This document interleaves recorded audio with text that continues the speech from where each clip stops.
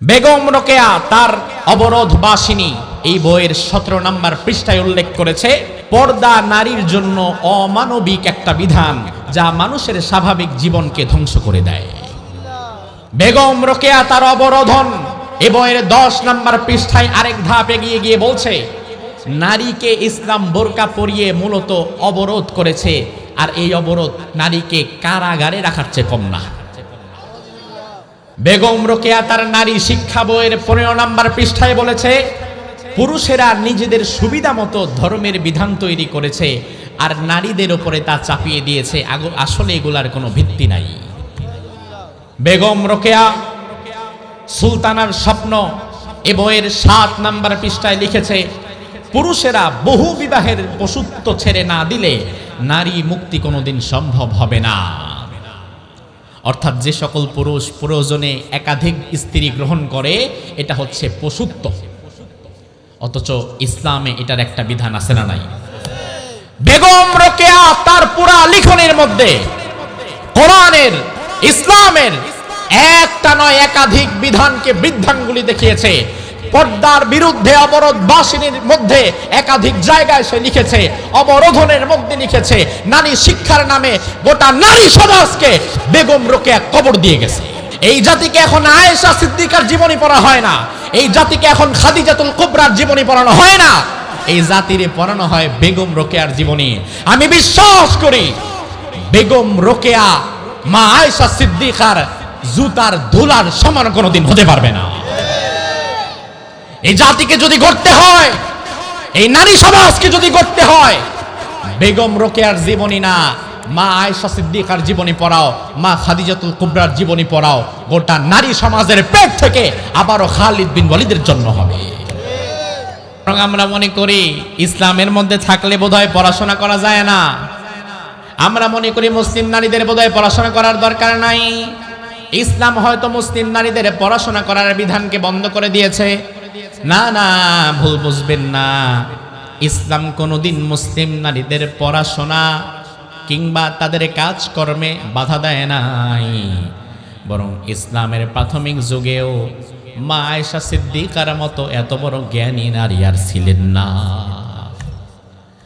ইমাম যাহাবী রাহিমাহুল্লাহ বলেন, আলামান নাস বিল ফারাইদ আয়েশা, সাহাবায়ে কেরামের মাঝে ম্যাথমেটিক্স, গণিত, ফারায়েজ, জমির ভাগ বন্টন, কে কত অংশ পাবে, কে সুলুস, কে রুবু, কে কতটুকু পাবে, এই অঙ্ক বিদ্যা, গণিত বিদ্যা, এই ম্যাথমেটিক্সের মধ্যে সাহাবায়ে কেরামের মাঝে আয়েশা সিদ্দিকার চাইতে বড় জ্ঞানী আর কেউ ছিল না। আয়েশা সিদ্দিকা রাদিয়াল্লাহু আনহার কাছ থেকে বাকি সাহাবীরা জ্ঞান অর্জন করতেন। আমার ভাই, আমাদের মা আয়েশা সিদ্দিকা যদি পর্দার ভেতরে থেকে এত বড় জ্ঞানী হতে পারেন, তাইলে পর্দা কি কোনোদিন মুসলিম নারীদের জ্ঞানী হওয়া, তাদের পড়াশোনাতে বাধা দেয় নাকি? না, বরং এটা আমাদের মাথায় ঢুকানো হচ্ছে যে ইসলাম তোমাদের নারী শিক্ষাকে বন্ধ করে দিবে, ইসলাম তোমাদের এই বন্ধ করে দিবে। পর্দার মাধ্যমে ইসলাম নারীদেরকে অবরোধ করে ফেলেছে, জেলখানায় ঢুকিয়ে ফেলেছে। বেগম রোকেয়ার কথা হচ্ছে এমন, অথচ পর্দার মাধ্যমে নারীদের সম্মান কি আল্লাহ কমাইছে না বাড়াইছে? কারণ যে কোনো জিনিস ঢাকা থাকলে তার গুরুত্ব, আর যেটা খোলা বাজারে ওইটার দামও। এই বাজারে আপনি যদি গিয়ে দেখেন কলা ছিলকা ছাড়া রেখে দিছে, মশা মাছি পিঁপড়া সহ ধুলাবালু দিয়ে ভরে গেছে, ওই কলা যদি হালিতে আপনারে 2 টাকায়ও দেয় আপনি কিনবেন না। কিন্তু যেই কলাটা সুন্দর মতো ঢেকে থাকে ওই কলাটারে কিন্তু আপনি প্রয়োজনের খাতিরে কখনো 60 টাকা, 70 টাকা, 80 টাকা হালিও ডজনও কিনেন। তার কারণ যে কোনো জিনিস যখন ঢাকা থাকে তার গুরুত্ব কমে না, বরং তার গুরুত্ব বেড়ে যায়। আর যে জিনিস খোলা থাকে বাজারেই তার গুরুত্ব কমে যায়।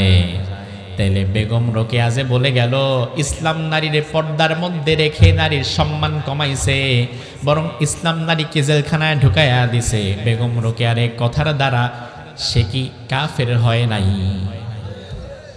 তাহলে কাফের বললে আপনার খারাপ লাগে? কুফরি করবে তার খারাপ লাগে না, আর কাফেরকে কাফের বলতে খারাপ লাগে। এই মুহূর্তে আমি মনে করি গোটা বাংলাদেশের আলেম সমাজকে বেগম রোকেয়ার জীবনী জাতির সামনে তুলে ধরা, বেগম রোকেয়ার লিখনী জাতির সামনে তুলে ধরা, বেগম রোকেয়া কোন কোন বইতে কোন কোন জায়গায় শিরিক করেছে, কোন কোন জায়গায় কুফর করেছে, সব জাতির সামনে তুলে ধরে জাতিকে আঙ্গুল দিয়ে বুঝিয়ে দেওয়া। তোমরা যেই বেগম রোকেয়া হওয়ার স্বপ্ন দেখো, এই বেগম রোকেয়া আসলে তোমার মুসলিম নারীর জন্য আদর্শ হতে পারে না।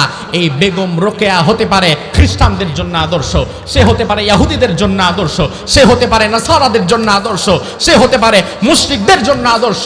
মুসলমান নারীদের জন্য আয়েশা সিদ্দিকা, খাদিজাতুল কুবরার মতো আদর্শ ছাড়া আর কোনো আদর্শ নাই।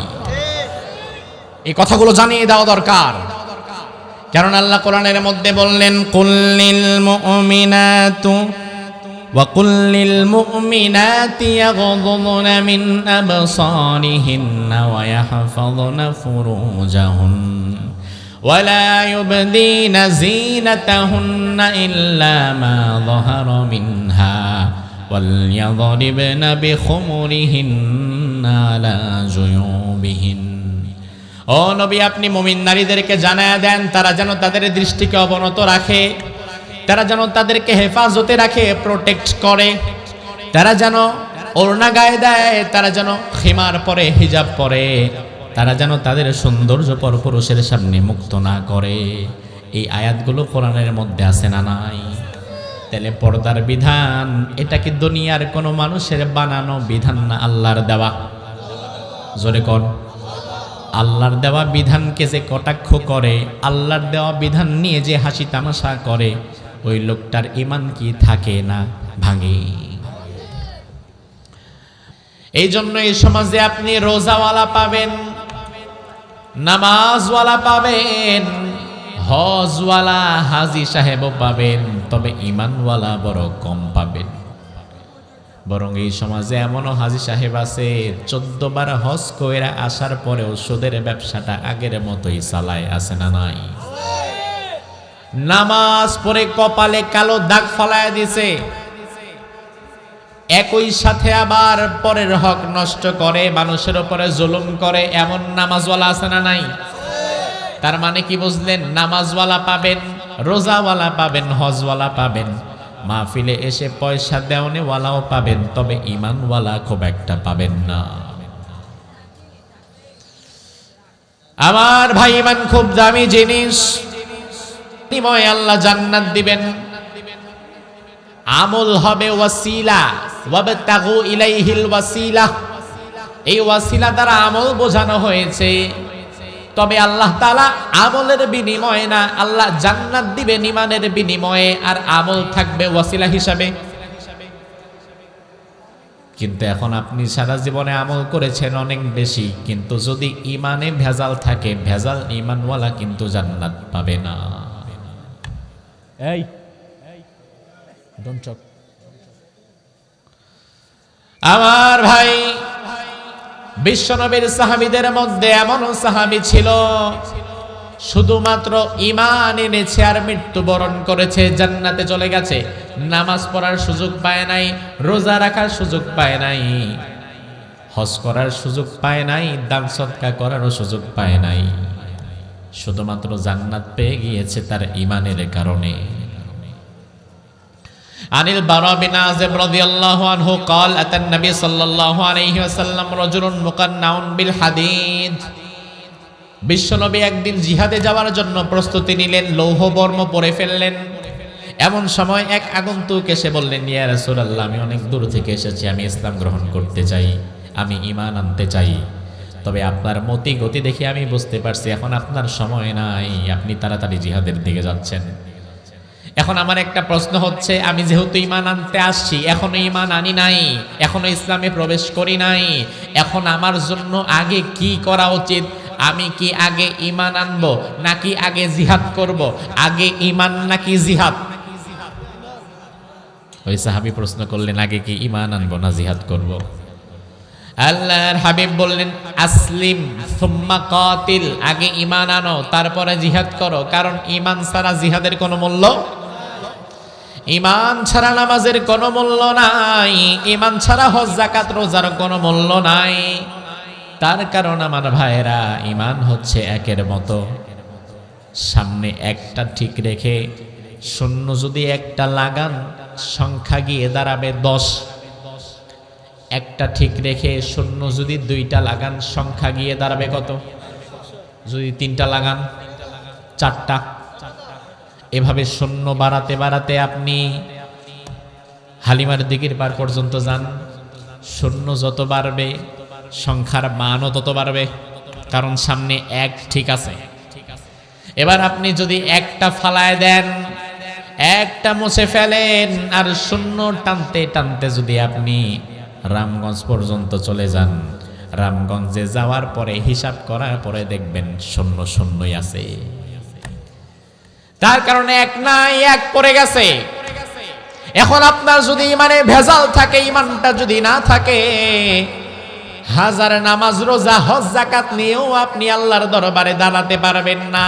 কারণ যার এক নাই তার শূন্যের কোনো দাম, যার ইমান নাই তার আমলের কোনো দাম। এখন এই সমাজের মানুষ আমল টুকটাক যা করে না করে, তবে ইমানদার পাওয়া বড় কঠিন। এমন কাজ করে যে কাজের দ্বারা ইমান ভেঙে যায়, এমন কথা বলে যে কথার দ্বারা ইমান ভেঙে যায়, এমন চিন্তা মাথায় ঢুকায় যে চিন্তার দ্বারা ইমান ভেঙে যায়। আজকের 1 ঘন্টার আলোচনা যারা শুনবেন, ওয়াল্লাহি তারা উপকৃত হবেন। কারণ আমি আপনাদেরকে সংক্ষেপে ইমান ভাঙার কিছু কারণ জানায় দেব। যে কথার দ্বারা ইমান ভাঙে, যে কাজের দ্বারা ইমান ভাঙে, যে চিন্তার দ্বারা ইমান ভাঙে। শয়তান মানুষের আমল নষ্ট করার চাইতে ইমান নষ্ট করতে চায় বেশি না কম? কারণ আমল নষ্ট করার চাইতে ইমান নষ্ট করা শয়তানের জন্য আরো বেশি লাভজনক। সকালে আপনি আগামীকাল ফজরের নামাজ পড়েন নাই, গিয়া ঘুমায় গেছেন, আমল নষ্ট হয়ে গেছে। যদি আল্লাহর দরবারে আপনি মাফ চান, তওবা করেন, তাইলে আপনারে মাফ করে দিবেন কে? কিন্তু আপনার যদি ঈমানটা না থাকে, ওই বেঈমান হিসাবে আপনি যতই তওবা করেন, বেঈমানের তওবা কিন্তু আল্লাহ কবুলই করে না। এজন্য আমল নষ্ট করার চাইতে শয়তানের টার্গেট থাকে ঈমান নষ্ট করা। এজন্য এই সমাজের মানুষ ঈমান নষ্ট করে হরহামেশায়। এই যে নির্বাচন আসছে, রাজনীতির মাঠ গরম। এই রাজনীতি করতে গিয়ে কত আল্লাহর বান্দা যে ঈমান হারা হয়ে যায় তার কোনো ঠিক নাই। বরং বাংলাদেশে তো এমনও মানুষ আছে যে ক্ষমতায় যাওয়ার জন্য, রাজনীতি ধরে রাখার জন্য প্রয়োজনে শিরিক কুফর পর্যন্ত করে ফেলতে রাজি হয়ে যায়। আমার ভাইরা, পক্ষপাতের দিকে না নিয়ে নিরপেক্ষভাবে কোরআন হাদিসের আয়নায় কথাগুলো সাজাবেন। বিবেক আপনারও আছে, মরে যায় নাই। আমার কথা মানা লাগবে, নট নেসেসারি। আমার কথা আপনি মানবেন তখন, আমার কথা কোরআন হাদিসের সাথে মিলবে যখন। এখন আমার কথা যদি কোরআন হাদিসের সাথে না মিলে, তাহলে আমার কথা তো দূরের কথা, কাবার ইমামের কথাও মানা যাবে না যদি তার কথাও কোরআন হাদিসের বিপরীতে চলে যায়। আল্লাহর হাবিব ওই সাহাবীকে বললেন, আগে ঈমান আনো, তারপরে জিহাদ। ওই সাহাবী বিশ্ব নবীর হাতে হাত রেখে ঈমান আনলেন, এরপরে জিহাদে চলে গেলেন। হাদিসের মধ্যে এসেছে ফাকাতালা ওয়া কুতিলা, নিজেও জিহাদ করলেন, এক পর্যায়ে শহীদ হয়ে গেলেন। জিহাদ শেষ হয়ে যাওয়ার পরে রাসূল যখন সাহাবীদের লাশগুলো গোছাচ্ছিলেন, দেখে আমাদের কয়জন মারা গেছে, এক সাইড করো লাশগুলা। গুছানোর সময় রাসূল ওই ব্যক্তির দিকে তাকায় বললেন, আহারে আমিলা কলিলা ওয়া উজরা কাসীরা, লোকটা আমল করেছে খুব কম, তবে পুরস্কার পেয়ে গেছে অনেক বেশি। আমার ভাই, তাহলে এবার জবাব দেন, এই লোকটার আমল নামায় কি নামাজ আছে? কথা কয় না। নাই মানে কি ইচ্ছা করে পড়ে নাই? পড়ার সুযোগ। এই লোকের আমল নামায় কি হজ আছে, যাকাত আছে, রোজা আছে? কিন্তু রাসূল বললেন জান্নাত পাইছে। তাইলে জান্নাত পাইছে যেটার ভিত্তিতে, ওইটার নাম কি? মাশাআল্লাহ। জান্নাত পেয়েছি ইমানের ভিত্তিতে, আমলের ভিত্তিতে নয়। আমল থাকবে ওয়াসিলা হিসাবে, তবে মূল থাকা লাগবে ইমান। আমলের ঘাটতি হলে আল্লাহ মাফ করে দিবেন, তবে ইমানের ঘাটতি হলে মাফ করবেন না। মক্তবে বাচ্চাদের আমরা হাদিস পড়াই, আখলিস দীনাকা ইয়াকফিকাল আমালুল কলিল। ইমানটাকে খাঁটি করে নাও, দিনটাকে খাঁটি করে নাও। আমল যদি কম করো, ওই কম আমল তোমার নাজাতের জন্য যথেষ্ট হতে পারে। তবে ইমানে যদি দুর্বলতা থাকে, দুর্বল ইমান, ভেজাল ইমান নিয়ে আল্লাহর দরবারে দাঁড়ানো যাবে না। এই সমাজের মানুষ ইমান ভাঙে হর হামেশায়। কথার দ্বারা ইমান ভাঙে, কাজের দ্বারা ইমান ভাঙে, চিন্তার দ্বারা ইমান ভাঙে। একটু পরে আমি বলবো কোন কোন কথা ইমান ভাঙে, কোন কোন চিন্তা ইমান ভাঙে, কোন কোন কাজের দ্বারা ইমান ভাঙে। ও ভাই আমার, ইমানে যদি ভেজাল থাকে, নামাজ রোজা আমল নামায় থেকেও লাভ নাই। বিশ্বনবীর সাথে একই কাতারে নামাজ আদায় করেছেন, রোজা রেখেছেন, দান সদকা করেছেন। রাসূলের সাহাবীদের মধ্যে সর্বাগ্রে ছিল তার অবস্থান। বিশ্বনবী তাকে ধরতেও পারে নাই, চিনতেও পারে নাই। ওই লোকটার নাম ছিল আব্দুল্লাহ বিন উবাই। ইন্তেকালের পরে আল্লাহ তাআলা আয়াত নাযিল করে জানায় দিলেন, নবী এই লোকটার জানাজা আপনি পড়ায়েন না। তার কারণ হচ্ছে এই লোকটার নামাজ রোজা হজ যাকাত সব ঠিক ছিল, তবে ইমানের মধ্যে ছিল ভেজাল। এই জন্য সে হয়ে গেছে মুনাফিক। কি হয়ে গেছে? রাসূলের সাথে নামাজ পড়েছে, হজ করেছে, রোজা রেখেছে, সব আমল করেছে, তবুও জান্নাত পায় নাই, কারণ ইমানের মধ্যে ভেজাল। তাইলে নবীর সাথে নামাজ পড়ার পরেও ইমানের মধ্যে ভেজাল থাকলে যদি জান্নাত না পায়, আপনি আপনার গ্রামের মসজিদের ইমামের পেছনে নামাজ পড়া জান্নাত পাবেন কেমনে যদি ইমানে ভেজাল থাকে? ইমানকে সবার আগে প্রাধান্য দেওয়া লাগবে, ইমান যেন ভেঙে না যায়।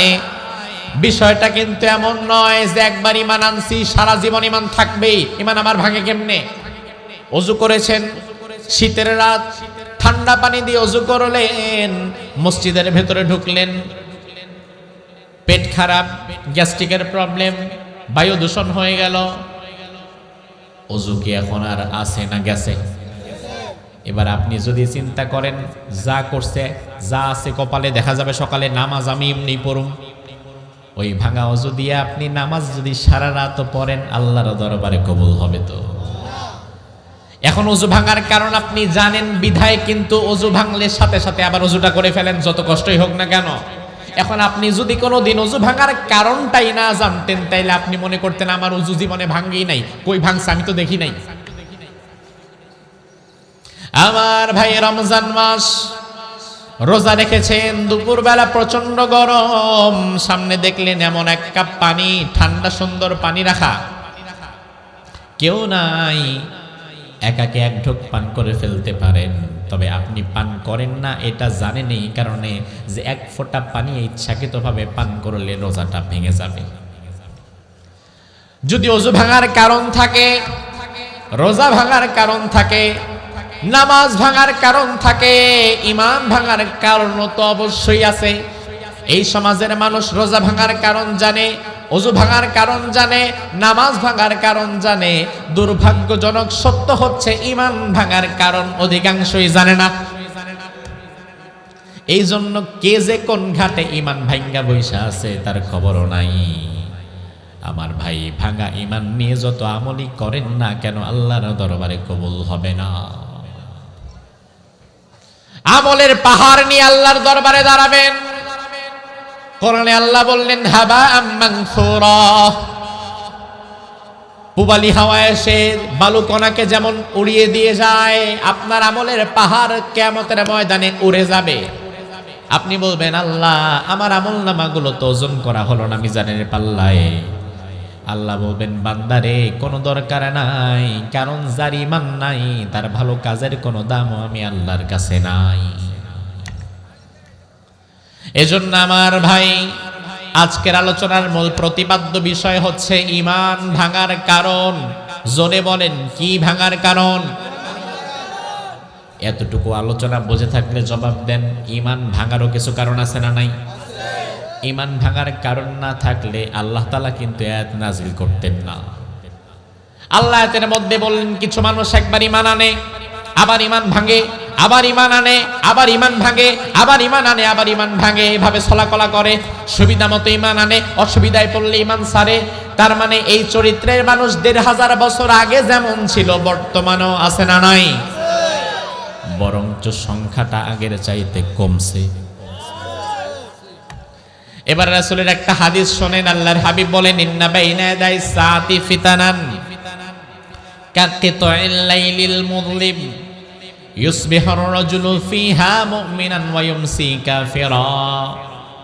১৫০০ বছর আগে বিশ্বনবী বললেন, ও উম্মতেরা শুনে নাও, এমন এক জামানা কিয়ামতের আগে আসবে, ওই জামানায় সকালবেলা ঈমানদার থাকবে, তবে সন্ধ্যাবেলা বেঈমান হয়ে যাবে। আবার সন্ধ্যাবেলায় হয়তো ঈমানদার থাকবে কিন্তু সকালবেলা বেঈমান হয়ে যাবে। রাতারাতি মানুষ তার ঈমানটা বিক্রি করে দিবে টাকার কাছে, রাজনীতির কাছে, ক্ষমতার কাছে। এমন জামানা কি আরো ১০০০ বছর পরে আসবে নাকি চলছে? ঈমান যদি না ভাঙতো রাসূল কোনোদিনই হাদিস বলতেন না, আল্লাহ কোনোদিন এই আয়াত নাযিল করতেন না। তাইলে আমাদের ঈমান ভাঙার সম্ভাবনা আছে বিধায় কিন্তু রাসূল বলে গিয়েছেন। এখন আমাদের ফাইন্ড আউট করা লাগবে কোন কোন কাজের দ্বারা ঈমান ভাঙে। আমি আমার অল্প সময়ের মধ্যে ঈমান ভাঙার ৩টি মূল কারণ তুলে ধরব। ঈমান ভাঙার ৩টি মূল কারণ। জোরে কোন ঈমান ভাঙার কয়টা কারণ? আরো জোরে। ১ নাম্বার ঈমান ভাঙার কারণ কুফর। কুফর করলে ঈমান ভেঙে যায়। কুফর মানে হচ্ছে অস্বীকার করা, আর শরঈ পরিভাষায় হুয়া জুহুদুল ওয়াহদানিয়াহ আবিন নুবুওয়াহ আবিশ শরিয়াহ। আল্লাহ তাআলার কোরআনের কোন বিধানকে যদি কেউ অস্বীকার করে, রাসূলের রিসালাতের কোন একটা অংশকে কেউ যদি অস্বীকার করে, অথবা ইসলামী শরিয়াতের কোন একটা অংশকে কেউ যদি অস্বীকার করে, তাইলে ওই ব্যক্তি সরাসরি কুফরি করে কাফের হয়ে যায়। ঈমান ভাঙার ৩ নাম্বার কারণের ১ নাম্বার কারণ কুফর। আবার বললাম হুয়া জুহুদুল ওয়াহদানিয়াহ আবিন নুবুওয়াহ আবিশ শরিয়াহ। আল্লাহর একত্ববাদ, কোরআনের কোন একটা অংশ, রাসূলের রিসালাতের কোন একটা অংশ, অথবা ইসলামী শরিয়াতের কোন একটা অংশকে কেউ যদি অস্বীকার করে, সে কাফের হয়ে যায়। আমার ভাই, বাংলাদেশে ভ্রান্ত এক শ্রেণীর মানুষ আছে, তাদের নাম হচ্ছে কাদিয়ানি। শুনছেন জীবনে? নামটা শুনছেন? ঢাকার বকশীবাজারে তাদের মসজিদ আমি আজকে আসার সময় দেখছি। আহমদিয়া মুসলিম জামাত, বিশাল মসজিদ তাদের। ঢাকা থেকে পার হওয়ার সময় প্রায়ই দেখি, আজকেও দেখছি। কাদিয়ানি যারা, গোটা পৃথিবীর ওলামায়ে কেরাম, গোটা পৃথিবীর আলেমেরা একমত, গোটা পৃথিবীর মুসলমানেরা একমত, কাদিয়ানি যারা তারা ঈমানদার না, তারা কাফের। তারা কি? কাদিয়ানি কি? এখন গায়ের জোরে কাফের বললেন নাকি? কাদিয়ানি কি কারণে কাফের এটাও তো জানা লাগবে। কাদিয়ানি কাফের কি কারণে? কাদিয়ানিদের তো মসজিদ আছে, তারা নামাজও পড়ে। আমরা ৫ ওয়াক্ত পড়ি, তারাও ৫ ওয়াক্ত পড়ে। আমরা রোজা রাখি রমজানে, তারাও রোজা রাখে রমজানে। আমরা যাকাত দেই ২.৫%, কাদিয়ানিরাও যাকাত দেয় ২.৫%। আমরা যেমন হজ করি, কাদিয়ানিরাও তেমন হজ করে। সব আমল আমাদের সাথে মিলে যায়। সব আমল মিলার পরেও আপনি কেন বললেন কাদিয়ানি কাফের? আন্দাজি আরেকজনের কথায় তাল মিলানো দরকার নাই, আগে বুঝেন কেন সে কাফের। কাদিয়ানি কাফের হচ্ছে এই কারণে, আল্লাহ কোরআনের মধ্যে বললেন, মা কানা মুহাম্মাদুন আবা আহাদিম মির রিজালিকুম ওয়ালাকিন রাসূলুল্লাহি ওয়া খাতামান নাবিয়্যিন। ও দুনিয়ার মানুষ শুনে নাও, তোমাদের কোন পুরুষ মানুষের পিতা আমার নবী নয়, আর আমার নবী হচ্ছে আমি আল্লাহর প্রেরিত রাসূল। শুধু আমার রাসূল না, ওয়া খাতামান নাবিয়িন, আমি আমার নবীরে বানিয়েছি শেষ নবী। তাইলে আমার ভাইরা জবাব দেন, আমাদের নবী কি শুধু নবী নাকি শেষ নবী? ঈসা নবী শুধু নবী শেষ নবী না, মুসা নবী শুধু নবী শেষ নবী না, ইব্রাহিম নবী শুধু নবী শেষ নবী না, আদম নবী শুধু নবী শেষ নবী না, নূহ নবী শুধু নবী শেষ নবী না, জাকারিয়া নবী শুধু নবী শেষ নবী না, ইয়াহইয়া নবী শুধু নবী শেষ নবী না। তবে মুহাম্মাদুর রাসূলুল্লাহ কি শুধু নবী নাকি শেষ নবী? আপনার নবীর পরে দুনিয়াতে আর কোনোদিন কোন নবী আসবে? কাদিয়ানীরা বলে না, কোরআনের সব মানলাম, এই আয়াতও মানলাম, রাসূল যে আল্লাহর নবী এটাও মানলাম, তিনি যে শ্রেষ্ঠ নবী এটাও মানলাম, শুধু মানতে পারলাম না খতাম শব্দটা। খতাম শব্দের অর্থ মানে শেষ। আল্লাহ যে শেষ নবী বলেছেন শেষটা মানলাম না। তার কারণ কাদিয়ানীরা বিশ্বাস করে তাদের পীর বাবা গোলাম আহমদ কাদিয়ানী নাকি নবীর পরে আরেকজন নবী। আমার ভাই লক্ষ্য করেন, কাদিয়ানী কিন্তু কোরআনের সবটা বাদ দেয় নাই। কাদিয়ানী বলে নাই 30 পারা মানি না, 1 পারা মানি না, একটা সূরা মানি না, একটা পৃষ্ঠা মানি না, একটা আয়াত মানি না, একথাও বলে নাই। কাদিয়ানী মানে না 30 পারা কোরআনের মাত্র একটা শব্দ। বুঝেন, কাদিয়ানী মানে না 30 পারা কোরআনের কয়টা শব্দ। এতে কি তার ঈমান আছে না গেছে? মুমিন না কাফের? এবার আপনার নিজের দিকে তাকায় দেখেন তো, আপনি নিজে কোরআনের কয়টা বাদ দেন আর কয়টা মানেন? আরেকজনকে কাফের বইলা মজা নিয়েন না, নিজের ঈমান কোন পর্যায়ে দেখেন।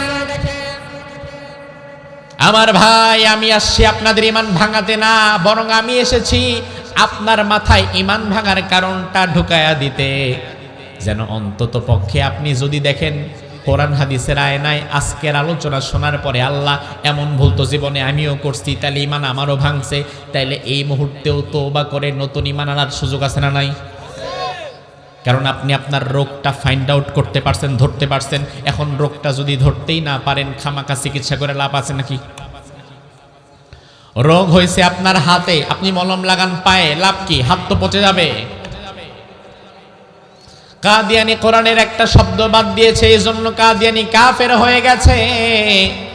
এখন কেউ যদি কোরআনের একটা আয়াত বাদ দেয়, সেও একটা পারা বাদ দিলে সেও, আর যে পুরা কোরআন মানে না সেও, রেজাল্ট কিন্তু একই।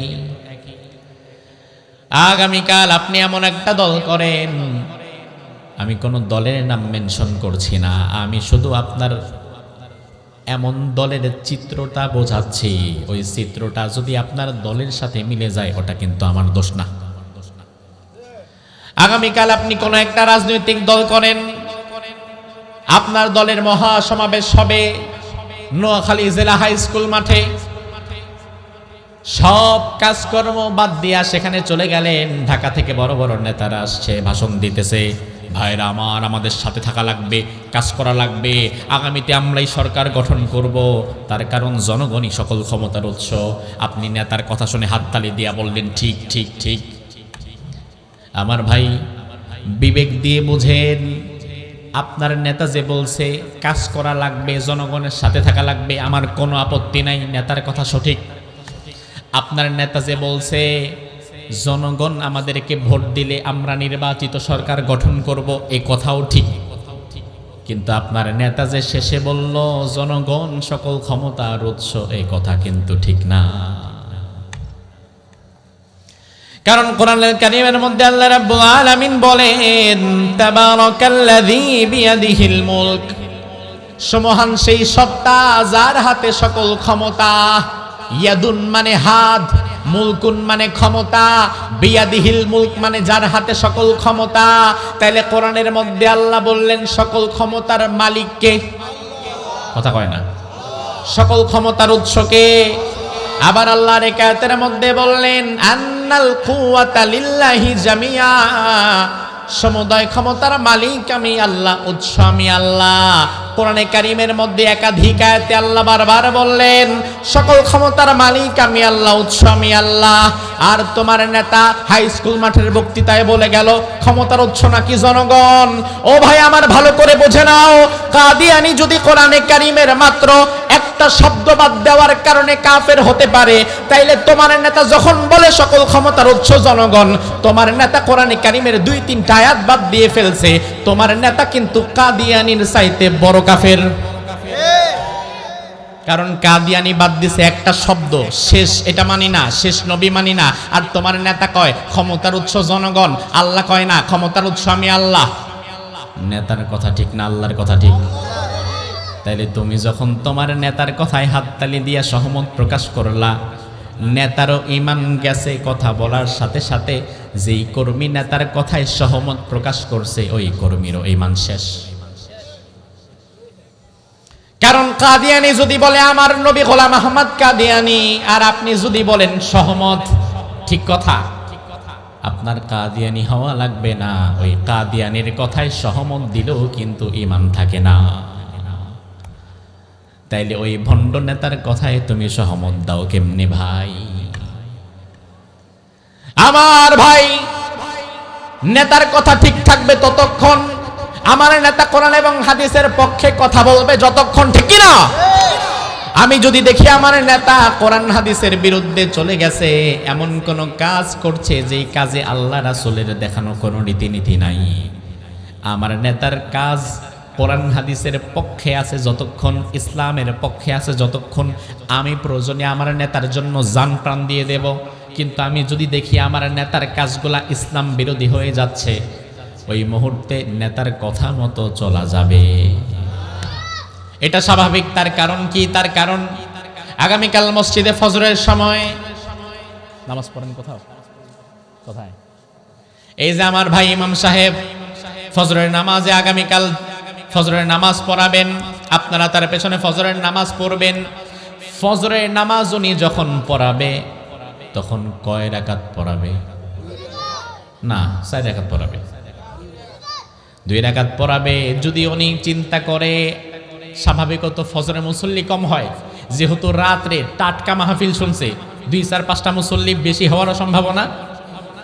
এবার উনি চিন্তা করলো আজকে যেহেতু বেশি আসছে, 2 রাকাতে সালাম না ফিরাইয়া আরো 2 রাকাত পড়ায় দেই, নামাজ একটু বেশি পড়াইলাম।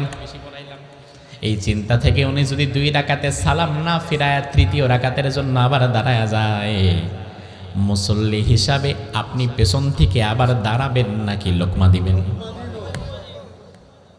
আপনি বলবেন সুবহানাল্লাহ, আল্লাহু আকবার, আল্লাহু আকবার। আপনি মনে করায় দিবেন ইমাম সাবধান, এতক্ষণ তোমারে অনুসরণ করছি কারণ তুমি আল্লাহ রাসূলের পথে ছিলা। আমার নবী ফজর পড়েছেন 2 রাকাত, তুমিও পড়ছো 2 রাকাত, তোমার পেছনে পেছনে আমরাও রুকু সেজদা করছি। কিন্তু এখন তুমি তোমার মন মতো চলতেছো, শয়তানের পথে চলতেছো, এখন আর তোমার সাথে আমি নাই। কথা কি ঠিক কিনা? এবার ভাইয়ের কথা বাদ দেন, ধরেন আমি রাতে থেকে গেলাম, ফজরের নামাজটা আমি পড়াবো। আমি যদি ফজরের নামাজে 2 রাকাতের জায়গায় 4 রাকাত পড়াই, আপনি পড়বেন তো? হায় হায়, আমার পেছনেও পড়বেন না। তার মানে শরীয়তের বিরুদ্ধে গেলে আমারও কোনো দাম। এবার আমার কথা বাদ দেন, বাইতুল মুকাররমের খতিব সাহেব আল্লামা আব্দুল মালিক হাফিজাহুল্লাহ, বাংলাদেশে বর্তমানে হাদিস শাস্ত্রের উপরে তিনার চাইতে বড় বিদ্বান আর কাউকে খুঁজে পাওয়া যায় না। তিনি যদি আপনাদের এখানে আগামীকাল ফজরের নামাজে ফজরের ইমামতি করতে আসে, 2 রাকাতের জায়গায় যদি 3 রাকাতের জন্য দাঁড়ায়, আপনি পড়বেন? সব বাদ দেন, পৃথিবীর শ্রেষ্ঠ আলেমদের একজন কাবা শরীফের ইমাম আব্দুর রহমান আস-সুদাইস, তিনি যদি আপনাদের গ্রামের এই মসজিদে ফজর পড়াতে এসে 2 রাকাতের জায়গায় 4 রাকাত পড়ায়, ওই দিন অন্তত পড়েন, একটু পড়েন না ভাই? এত বড় আলেম তাও পড়বেন না। তার কারণ কি? তার কারণ আপনার রাসূল কোনোদিন 2 রাকাতের জায়গায় 4 রাকাত পড়ে নাই। ইমাম যদি মসজিদের মধ্যে ভুল করে আপনি লোকমা দেন, এই ইমাম সাবধান, যতক্ষণ তুমি আল্লাহ রাসূলের পথে ছিলা, কোরআন হাদিসের পথে ছিলা, আমি তোমার অনুসরণ করেছি। কিন্তু এই মুহূর্তে তুমি আল্লাহ রাসূলের দেখানো পথের বাহিরে চলে গিয়েছো। রাসূল পড়েছেন 2 রাকাত, তুমি 4 রাকাত পড়তে পারবা না, তুমি আবার ফিরে আসো, আবার ফিরে আসো, আবার ফিরে আসো বলে আপনি লোকমা দিবেন। ইমাম যদি তারপরেও তার নিজের মতো করে ঘাটতেরামি করে 4 রাকাত পড়ায়ও আপনি পিছন থেকে পড়বেন না, বরং ইমাম কেন ইচ্ছাকৃতভাবে 4 রাকাত পড়াইছে, ইমামতি করার পরে তার চাকরিটা আর নামাজের ইমাম ভুল করলে যেমন লোকমা দেন, নামাজের ইমাম ভুল করলে তাকে যেমন আপনি লোকমা দিয়ে সাবধান করেন, সে যদি সাবধান না হয় তার চাকরি যেমন আর থাকে না। আপনার শিক্ষা নেওয়া লাগবে, আগামীতে আমার সমাজের ইমাম, আমার এমপি, আমার মন্ত্রী, আমার চেয়ারম্যান, আমার মেম্বার, তারাও যদি কোনো ভুল করে আমি তারেও লোকমা দিয়ে সোজা করে দিব। এবং যদি সে সোজা না হয়, শরীয়তের পক্ষে যদি না আসে, শরীয়তের বিরুদ্ধে যদি একের পর এক কাজ করতে থাকে, মসজিদের ইমাম বারবার ভুল করলে তার যেমন চাকরি থাকে না, সমাজের নেতা এমপি মন্ত্রীও যদি বারবার ভুল করে তার এমপিত্ব আর মন্ত্রীও গিরেও যেন না থাকে। আমার ভাই, এখন আমাদের সমাজে হুজুরে নরম পায়া হুজুরের পেছনের লোকমা দেওয়ার মানুষের অভাব নাই, কিন্তু সমাজের নেতারা যদি ভুল করে সেখানে লোকমা দেওয়ার মানুষের অভাব আছে না নাই? ঈমান ভাঙার 1 নাম্বার কারণ কুফর। কাদিয়ানি কুফর করেছে, রাসূলের রিসালাতের একটা অংশকে সে অস্বীকার করেছে। আল্লাহ বললেন শেষ নবী, কাদিয়ানি কয় নবী মানি, শ্রেষ্ঠ নবী মানি, শেষ মানি না, হয়ে গেছে কাফের। একইভাবে যা অস্বীকার করবেন সেই কাফের হয়ে যাবেন, যতটুকু অস্বীকার করবেন ততটুকুর জন্যই কাফের হয়ে যাবেন। আমার ভাই লক্ষ্য করেন, এই যে আমাদের মা বোনেরা যে পর্দা করে, বোরকা পরে, শরিয়াতের মধ্যে এই পর্দা বোরকার একটা বিধান আছে না নাই? এখন আপনি আপনার বউরে বোরকা পরান না, আপনি আপনার মেয়েরে পর্দায় চালান না। এই নোয়াখালী চাটখিলে এমন হাজার হাজার মানুষ আছে যারা তাদের বউরে তাদের মেয়েরে পর্দায় রাখে না, পর্দায় চালায় না, কোনোদিন বোরকা বানায়া দেয় নাই, বোরকার কথাও বলে না, আছে না নাই? আমরা কিন্তু তাদেরকে কাফের বলি না, যে আপনার বউ বোরকা পরে না কেন আপনার বউ কাফের, আপনার মাইয়া বোরকা পরে না কেন আপনিও কাফের, এমন ফতোয়া আমরা দেই না। তার কারণ শরিয়া মানার পরে যে, শরিয়া জানার পরে যে মানে না, সে কাফের না, সে হয় ফাসিক, পাপাচারী। কিন্তু কেউ যদি বলে বোরকার বিধানটাই অমানবিক, এই বোরকার দ্বারা সমাজ নষ্ট হচ্ছে, এই বোরকার দ্বারা নারীদের স্বাধীনতা লঙ্ঘন করা হচ্ছে, ওই বেডি কিন্তু আর ফাসিক থাকে না, ওই বেড়া কিন্তু ফাসিক থাকে না। বোরকা না পরলে কাফের হয় না, তবে বোরকার বিরুদ্ধে কথা বললে কিন্তু কাফের হওয়া লাগে। অস্বীকার করা হয়ে গেছে, না মানা আর অস্বীকার করা এক নয়। এখানে এমন মানুষ কয়জন আছেন যে বালেগ হওয়ার পরে 1 ওয়াক্ত নামাজও কাজা করেন নাই? কয়জন আছেন? বরং আজকের মাহফিলে তো এমন পোলাপানও বৈশা আছে, ফজর নাই, জোহর নাই, আসর নাই, মাগরিব নাই, এশাও নাই, 5 ওয়াক্তর 1 ওয়াক্তরও খবর নাই, তবুও মাহফিলে উপস্থিত হয়েছে, এমন ছেলেপেলে আছে না নাই?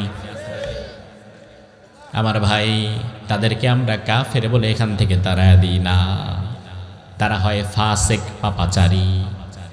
কিন্তু একজন বান্দা 4 ওয়াক্ত পরে, জোহর, আসর, মাগরিব, এশা, কিন্তু ফজর পড়ে না, তাতেও সমস্যা নাই, কিন্তু ফজরটাকে অস্বীকার করে। সে যদি বলে ফজরের নামাজের কোনো দরকার নাই, এটা বানোয়াট ভাবে আমাদের উপরে আমাদের ঘুম নষ্ট করার জন্য চাপায় দেওয়া হয়েছে, তাইলে কিন্তু 4 ওয়াক্ত নামাজ পড়ার পরেও কাফের, কারণ সে 1 ওয়াক্তকে অস্বীকার করছে। শরীয়তের কোনো বিধান মানতে না পারলে আপনি ফাসিক হবেন, কাফের না। তবে অস্বীকার যদি করেন তাইলে ফাসিক না, কাফের। অস্বীকারী কি? কথা কয় না।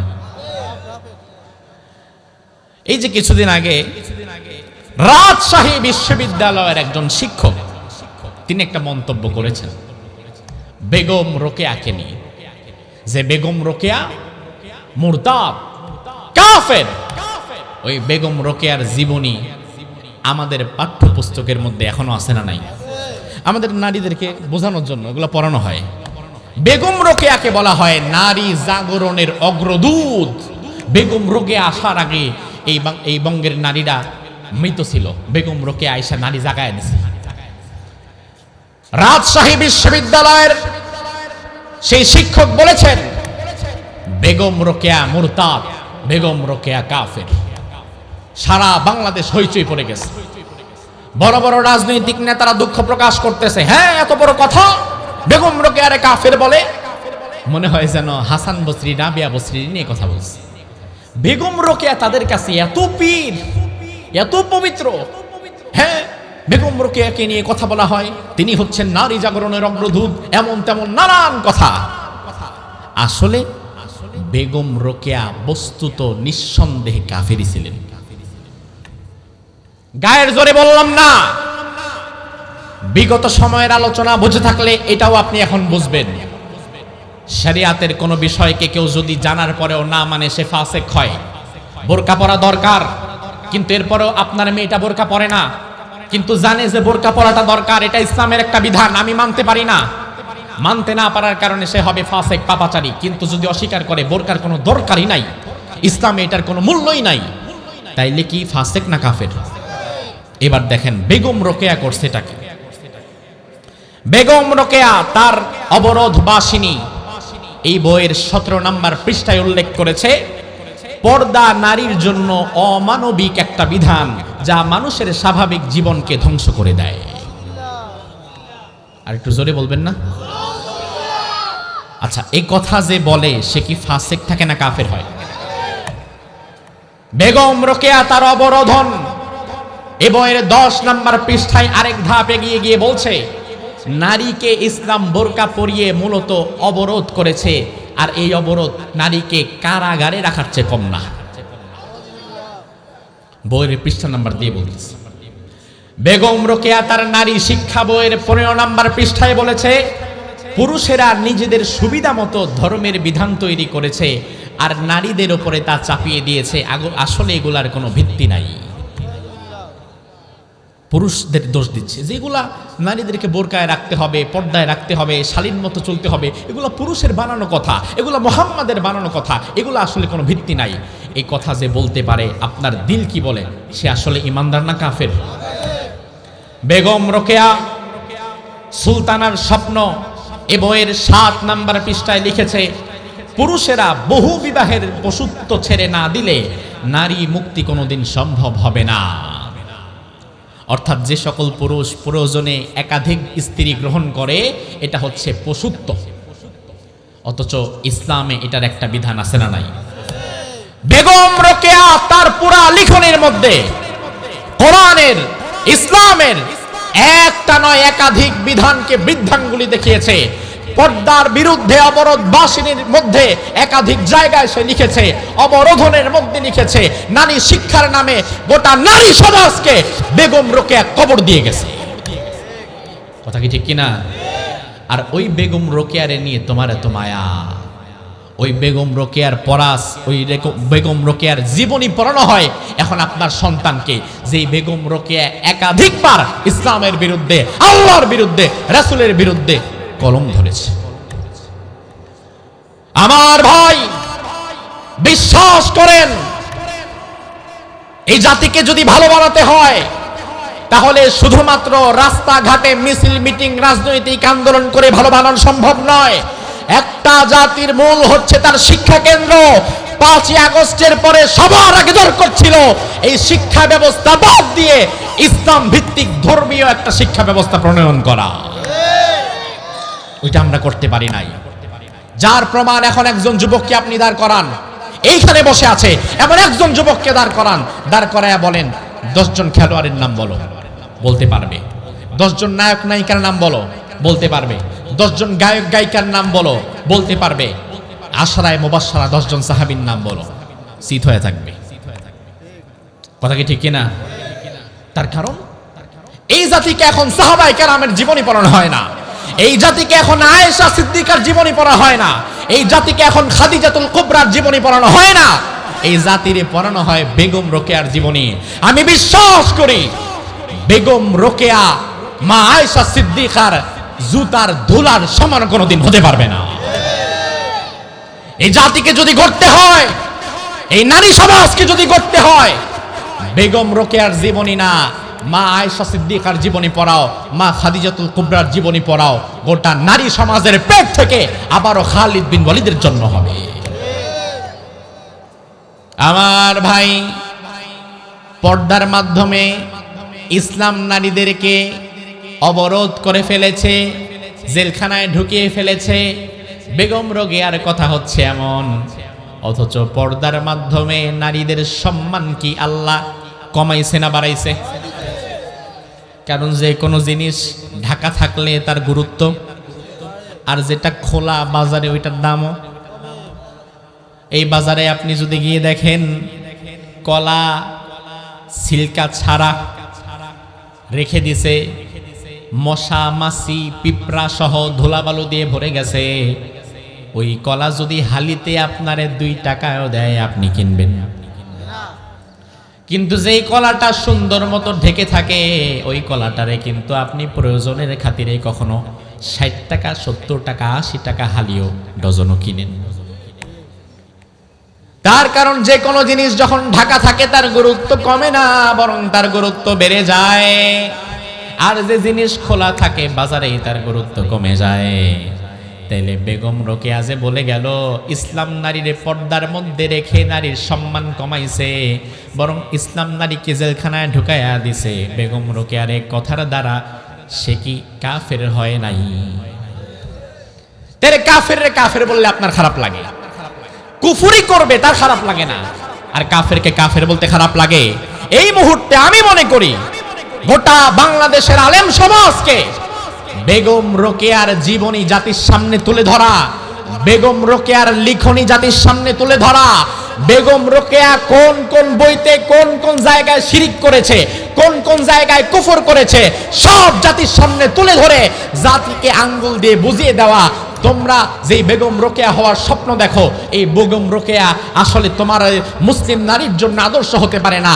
এই বেগম রোকেয়া হতে পারে খ্রিস্টানদের জন্য আদর্শ, সে হতে পারে ইহুদিদের জন্য আদর্শ, সে হতে পারে নাসারাদের জন্য আদর্শ, সে হতে পারে মুশরিকদের জন্য আদর্শ।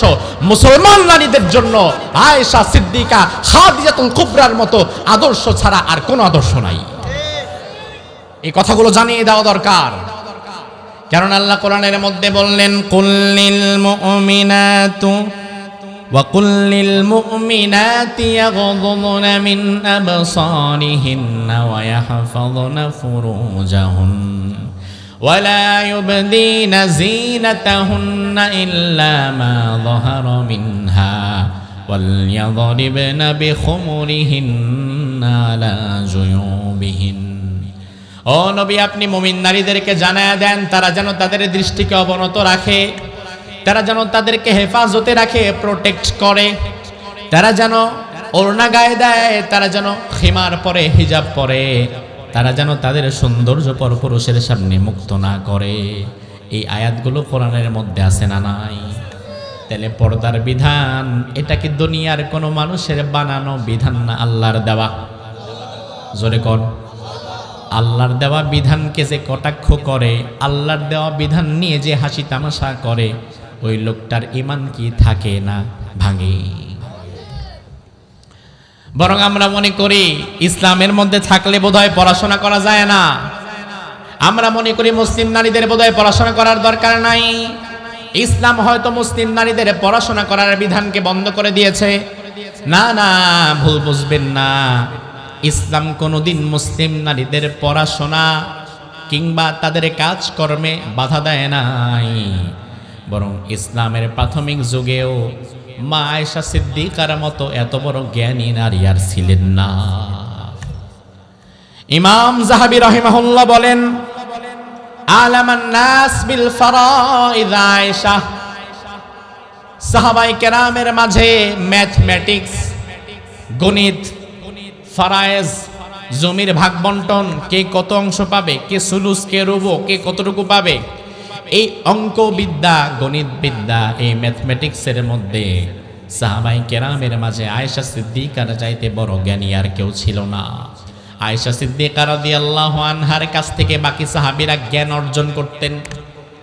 আমার ভাই, আমাদের মা আয়েশা সিদ্দিকা যদি পর্দার ভেতরে থেকে এত বড় জ্ঞানী হতে পারেন, তাইলে পর্দা কি কোনোদিন মুসলিম নারীদের জ্ঞানী হওয়া, তাদের পড়াশোনাতে বাধা দেয় নাকি? না, বরং এটা আমাদের মাথায় ঢুকানো হচ্ছে যে ইসলাম তোমাদের নারী শিক্ষাকে বন্ধ করে দিবে, ইসলাম তোমাদের এই বন্ধ করে দিবে। আমার ভাই জন্য যেটা বললাম, ঈমান ভাঙার 1 নাম্বার কারণ বলেছিলাম কুফর। 1 নাম্বার কারণ কি? আরো জোরে কোন। ঈমান ভাঙার কারণ কয়টা বলবো বলেছিলাম? সংক্ষেপে বলে দেই। 1 নাম্বার কুফর, 2 নাম্বার ঈমান ভাঙার কারণ হচ্ছে শিরিক। 2 নাম্বার শিরিক মানে অংশীদারি স্থাপন করা।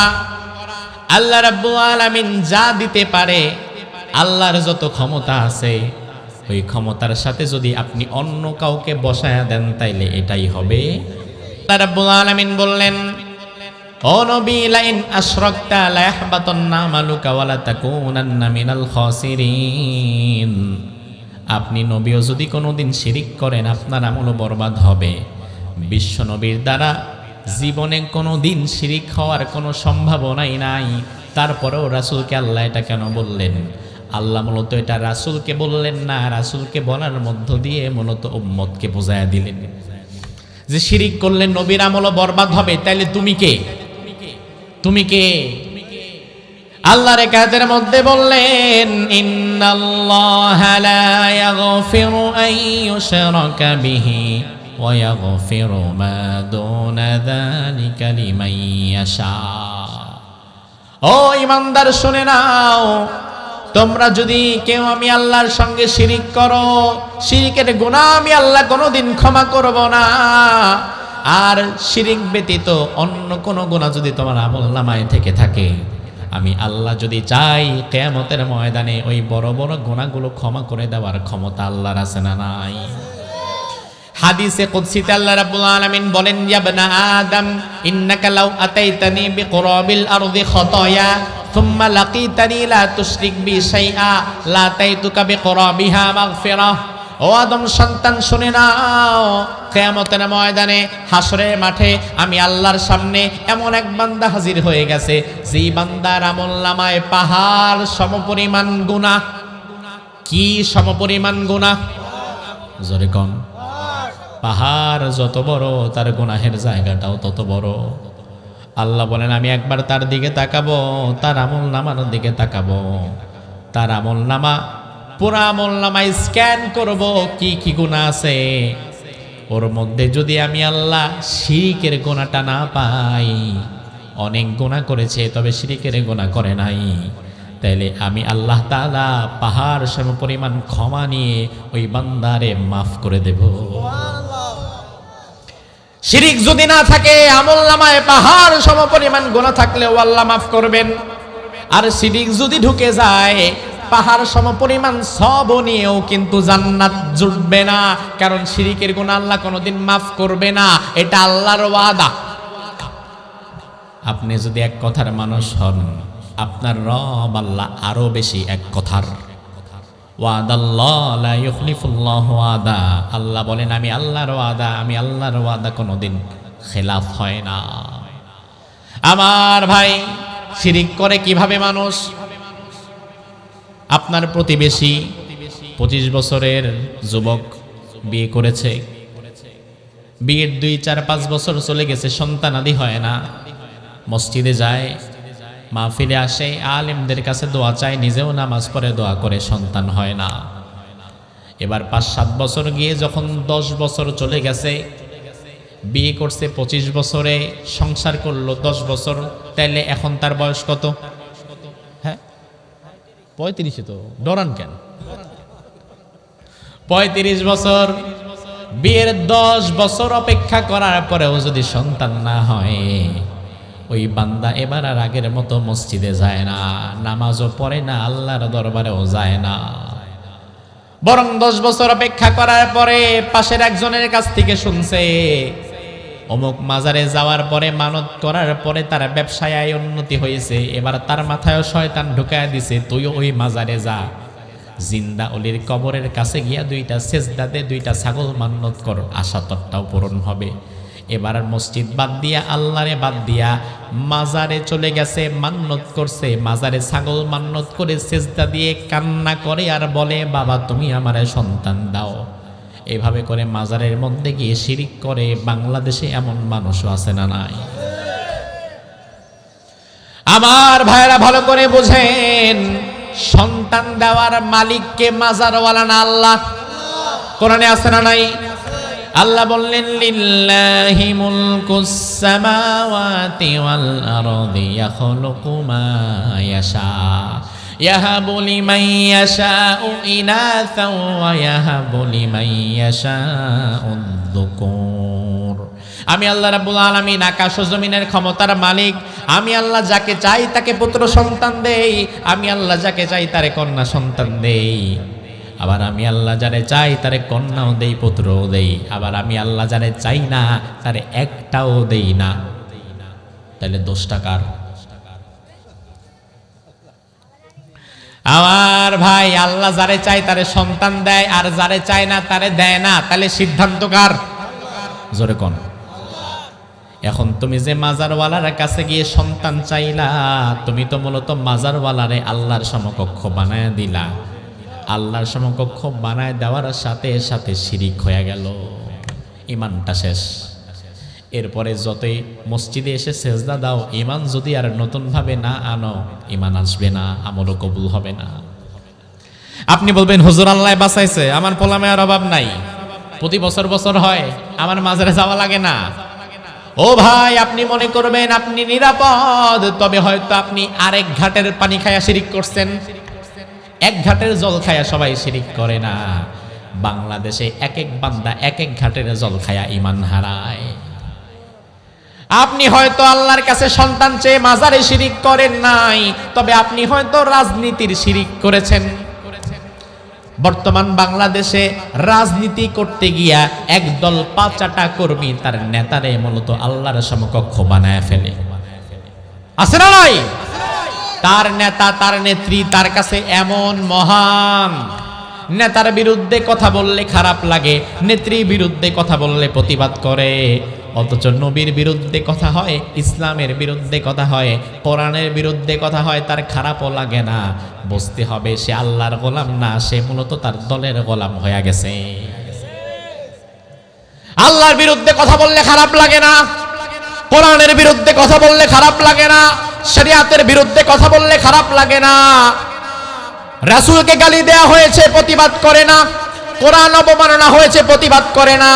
কিন্তু বেগম রোকেয়ারে কেন নাস্তিক কাফের বলল, এই জন্য কলিজা ফাইটা মইরা যায়। এমন কিছু মুরতাদ মুসলমানও আছে না নাই? এরা মূলত মুনাফিক, এরা মুখে দাবি করে ইমানদার, তবে আসলে ইমান নাই। কারণ ইমান নাই আপনি বুঝবেন কেমনে? আপনার সামনে আল্লাহকে গালি দেওয়া হলো, রাসূলকে অপমান করা হলো, ইসলামকে কটাক্ষ করা হলো, পর্দাকে গালি দেওয়া হলো, কোরআনের বিরুদ্ধে কথা বলা হলো। আপনার গায়ে যদি আগুন না ধরে যায়, বোঝা লাগবে আপনার ভেতরেও ইমান নাই। ইমান থাকলে শরীর রাগ হয়ে যেত, ইমান থাকলে ইমানের বিরুদ্ধে কথা বললে আপনি রাগ করতেন, ইমান থাকলে রাসূলের বিরুদ্ধে কেউ কথা বললে আপনি প্রতিবাদ করতেন। যদি আপনি দেখেন আমার খালি দলের বিরুদ্ধে কথা শুনলেই খারাপ লাগে, তাহলে বুঝবেন আপনি আল্লাহর গোলাম না দলের গোলাম হয়ে গেছেন। এখন আমার দেশে আল্লাহর গোলামের সংখ্যা বেশি না দলের গোলামে? আমার ভাই, আপনি হয়তো মাজারে গিয়ে শিরিক করেন নাই, আপনি শিরিক করেছেন আরেক জায়গায়। আল্লাহ রাব্বুল আলামিন কোরআনের মধ্যে বললেন, আলা লাহুল খালকু ওয়াল আমর। ও দুনিয়ার মানুষ শুনে রাখো, সৃষ্টি করেছি আমি আল্লাহ। সৃষ্টি করছে কে? আকাশ জমিন বানাইছে কে? কথা কয় না। আমাদেরকে বানিয়েছে কে? আমরা যে জমিনে থাকি জমিনটাও বানিয়েছে কে? মাথার উপর যে আসমানে আসমানটাও বানিয়েছে কে? আল্লাহ বলে, বান্দা সৃষ্টি যেহেতু করছি আমি আল্লাহ, আইন ও কানুনটা আমি দেব, আমার মতো করে চলবা। এটা স্বাভাবিক, এটা অস্বাভাবিক না। কারণ সৃষ্টি যিনি করেন আইনটা তারই হয়। এই যে 5 তলা বিল্ডিং করেছেন হাজী সাহেব, আপনি ভাড়া থাকেন, মাসে 3000 টাকা দেন, 2000 টাকা দেন। ওই 5 তলা বিল্ডিং এ মেন গেটের দরজা কখন বন্ধ হবে, মোটর কখন ছাড়া হবে, রাত 12টার পরে ঘরে ঢোকা যাবে কিনা, এই আইন কানুনগুলো কি ভাড়াটিয়া বানায় না বাড়িওয়ালা? আর ভাড়াটিয়া বাড়িওয়ালার আইন মানতে বাধ্য। যদি বাসায় থাকতে চাও বাড়িওয়ালার আইন মেনে থাকা লাগবে। 2-4-5 দিন যদি এদিক সেদিক হয়, বাড়িওয়ালা বলবে তোমার মতো অবাধ্য ভাড়াটিয়ার দরকার নাই, অন্য জায়গায় যাও। আল্লাহর জমিনে থাকবা, আল্লাহর বাতাস থেকে অক্সিজেন গ্রহণ করবা, আল্লাহর দানা পানি খাবা। আল্লাহর জমিনে আল্লাহর আসমানের নিচে যদি থাকো, তাইলে আল্লাহর আইন ও কানুনি মানা লাগবে, কারো বাপের তৈরি আইন না, ঠিক কি না? এবার আপনি যদি বলেন না আমি আমার দলের আইন মানবো, নেতার আইন মানবো, নেত্রীর আইন মানবো, আল্লাহর আইন না, আল্লাহ বলে কোনো সমস্যা নাই। বাড়িওয়ালা যেমন অবাধ্য ভাড়াটিয়ারে বের করে দেয়, আল্লাহ কোরআনের মধ্যে বললেন আমার আকাশ ও জমিন ছেড়ে তুইও বের হয়ে যা। আল্লাহ সূরা রহমানের মধ্যে বললেন ইয়া মাশারাল জিন্নি ওয়াল ইনসি ইন ইসতাতাতুম আন তানফুদু মিন আকতারিস সামাওয়াতি ওয়াল আরদি ফানফুদু লা তানফুদুনা ইল্লা বিসুলতান। সুবহানাল্লাহ। আল্লাহ বললেন ও জিনেরা, ও মানুষেরা, সবাই শোনো, আমি আল্লাহর কথা যদি ভালো না লাগে, আমি আল্লাহর বিধান যদি ভালো না লাগে, আমি আল্লাহর দেওয়া অর্থনীতি যদি ভালো না লাগে, আমি আল্লাহর দেওয়া ব্যবসা নীতি যদি ভালো না লাগে, আমি আল্লাহর দেওয়া পরিবার নীতি যদি ভালো না লাগে, আমি আল্লাহর দেওয়া রাজনীতিটা যদি ভালো না লাগে, কোনো সমস্যা নাই, কোনো সমস্যা নাই। আকাশ ও জমিন থেকে তুইও বের হয়ে যা। আকাশ ও জমিন থেকে বের হয়ে যাবেন কই? যেখানেই যাবেন সেখানেই আল্লাহর জমিন আছে না নাই? আপনি বলবেন জমিন বাদ দিলাম, আমি সমুদ্রে চলে গেলাম, কোনো সমস্যা নাই। সমুদ্রের মধ্যে চলে গেলেন, যেতে পারেন, কিন্তু মাথার উপরে আসমান আছে না নাই? তার মানে আল্লাহর সৃষ্টির সীমা থেকে বের হওয়া সম্ভব না। এই জন্য যদি আল্লাহর সৃষ্টির মধ্যে থাকতে হয়, তাইলে আল্লাহর আইন মেনে থাকা লাগবে, ঠিক কি না? আইফোন কোম্পানি মোবাইল বানিয়েছে, এই আইফোন কোম্পানির এই মোবাইলের মধ্যে ফাংশন যেভাবে চেয়েছে সেভাবে সেট করেছে। স্যামসাং কোম্পানির মালিক যদি চায় আইফোন কোম্পানির ফাংশন ওইভাবে চলবে, হবে না। তার কারণ এই কোম্পানির মালিক তো উনি না, উনি আবার যেটার মালিক ওনার বিধান উনি সেখানে প্রয়োগ করুক। যে কোম্পানি যেটা বানায় ওই কোম্পানি এটা কিভাবে চলবে নির্ধারণটা সে করে দেয়। তাহলে আল্লাহ যেহেতু আমাদের বানিয়েছেন, আকাশ জমিন বানিয়েছেন, কিভাবে আমরা চলবো, কোন পথে গেলে আমাদের কল্যাণ, সেটা দুনিয়ার কোন নেতা খেতা ঠিক করবে নাকি কে ঠিক করবে? এখন ঠিক করে কে? এখন ক্ষমতায় যারা আসে তারা নিজের মতো সংবিধান বানায়, নিজের সুবিধার মতো সংবিধান বানায়। অথচ আল্লাহ বললেন আমার কোরআনকে সংবিধান বানাও, আমার মতে চলো। আপনার নেতা বড়ই চালাক, আপনার নেতা মাহফিলে আসতে রাজি, আপনার নেতা মাহফিলে এসে কোরআনের পক্ষেই কথা বলবে। বাংলাদেশে এমন কোনো বুকের পাটা নাই, এমন কোনো নেতার যেই নেতা যে দলেরই হোক না কেন সরাসরি কোরআনের বিরুদ্ধে কথা বলে আবার রাজনীতি করবে। কারণ বাংলাদেশের মানুষ রাজনৈতিকভাবে যাই করুক না কেন, অন্তত পক্ষে ধর্মের জায়গায় আঘাত লাগলে নিজের দলের লোকেরাও তারা ছাড় দিবে না। এই জন্য আপনার নেতা বড় চালাক, সে পাবলিক সেন্টিমেন্ট বুঝে। মাহফিলে এসে ধর্মের পক্ষে কোরআনের পক্ষে কথা বলবে, মসজিদে গিয়ে কোরআনের পক্ষে ইসলামের পক্ষে কথা বলবে। নেতারে যদি আপনি বলেন নেতা কোরআন দিয়ে নামাজ আমরা পড়াবো, নেতা বলবে কোনো সমস্যা নাই, তারাবি কোরআন দিয়ে পড়াবা। নেতারে যদি আপনি বলেন আমরা তাফসির মাহফিল করব, কোরআন দিয়ে ওয়াজ হবে, নেতা বলবে কোনো সমস্যা নাই, কোরআনের ওয়াজ তো ভালো। এবার আপনি যদি বলেন নেতা আপনি তো তাইলে কোরআনের পক্ষে, নেতা বলবে অবশ্যই পক্ষে, আমার বাপেও পক্ষে। এবার আপনি যদি বলেন নেতা তাইলে আপনি এমপি হয়ে গেছেন, সংসদের মধ্যে আপনি দাঁড়ায় বলেন আমরা কোরআনের বিধান প্রতিষ্ঠা করতে চাই, কোরআনটারে সংবিধান বানাতে চাই, অন্য কোনো মানুষের লেখা সংবিধান আমরা চাই না, আপনার নেতা ওই সময় আর কথা বলবে না। তার কারণ আপনার নেতা ভালো করেই জানে মাহফিলের মধ্যে কোরআনের পক্ষে কথা বললে সমস্যা নাই, মসজিদের মধ্যে কোরআন তেলাওয়াত করতে দিলে সমস্যা নাই, মাদ্রাসার মধ্যে কোরআন তেলাওয়াত হোক এটা দিলে সমস্যা নাই। তবে আমি যদি সংসদে যাওয়ার পরে বলি কোরআনের সংবিধান কায়েম করা লাগবে, কোরআন দিয়ে আইন ও কানুন প্রয়োগ করা লাগবে, তাহলে 2 দিন পরে আমার চান্দাবাজি আর ধান্দাবাজি তো থাকবে না। এই জন্য তোমার নেতা কোরআনের পক্ষে থাকে ততক্ষণ, তার সুবিধা থাকে যতক্ষণ, অসুবিধায় পরে যখন কোরআনের পক্ষে থাকে না আর তখন। আমার ভাইরা, এই জন্য আল্লাহর আইন, আল্লাহ তাআলা আইন দিবেন, সেখানে যদি অন্য কোনো মানুষ নিজের কলম ধরে আইন বানায়, এটাও শিরিক, এটাও ঈমান ভাঙার তিনটা কারণ। 1 নাম্বার কুফর, 2 নাম্বার শিরিক, 3 নাম্বার ঈমান ভাঙার কারণ হচ্ছে নিফাক। নিফাক একটা ভাইরাসের নাম, আর এই ভাইরাসে আক্রান্ত রোগীর নাম হচ্ছে মুনাফিক। রোগের নাম নিফাক, আক্রান্ত রোগীর নাম মুনাফিক। এখন আমাদের সমাজে নিফাক রোগে আক্রান্ত মুনাফিক মুসলমান একজনও নাই। আল্লাহ কোরআনের মধ্যে বললেন, ওয়ামিনান নাসি মান ইয়াকুলু আমান্না বিল্লাহ।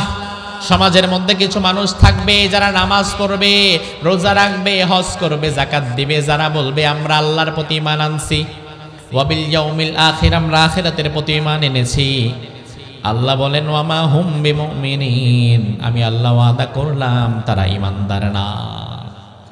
তার মানে কি? তার মানে হচ্ছে নামাজ পড়বে, রোজা রাখবে, হজ করবে, যাকাত দিবে, মুখে ঈমানের দাবিও করবে, কিন্তু কার্যত ঈমান বিরোধী কাজ করবে। সমাজে এমন কিছু মানুষও আছে না নাই?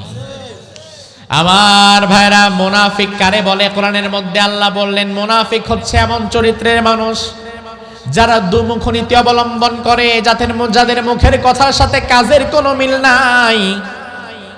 ওয়া আন্নাহুম ইয়াকুলুনা মা লা ইয়াফালুন, যারা মুখে বলে একটা, কাজে কর্মে আরেকটা। সমাজে এমন মানুষ আছে না নাই? মুখে ইসলামের পক্ষে বড় বড় কথা বলে, আবার ক্ষমতায় যদি যেতে পারে তাহলে ইসলাম ওয়ালাদেরকে ধরে ধরে জেলে ভরে। মুখের সাথে যার কাজের মিল নাই, কথার সাথে যার কাজের মিল নাই, ওই ব্যক্তি মুনাফিক। এশারের নামাজের পরে আলাদা 3 রাকাত আমরা একটা নামাজ পড়ি, ওই নামাজের নাম বিতিরের নামাজ। কি নামাজ? জোরে কোন? ওই বিতিরের নামাজের শেষ রাকাতে আমরা একটা দোয়া পড়ি, ওই দোয়ার নাম হচ্ছে দোয়ায়ে মাসরানি কুনুত। দোয়ায়ে কুনুত। ওই দোয়ার মধ্যে আমরা বলি, আল্লাহ আল্লাহুম্মা ইন্না নাস্তাইনুকা ওয়া নাস্তাগফিরুকা ওয়া নু'মিনু বিকা ওয়া নাতাওয়াক্কালু আলাইকা ওয়া নুসনি আলাইকাল খায়র ওয়া নাশকুরুকা ওয়া লা নাকফুরুকা ওয়া নাখলাউ ওয়া নাতরুকু মান ইয়াফজুরুক। ও ভাই, ভালো করে বোঝেন, এই যে পুরা দোয়া কোনটা পড়লেন, আপনারে কি কেউ জোর কইরা পড়াইছে? কথা কয় না। আল্লাহ কি আপনারে বাইন্দা পড়াইছে?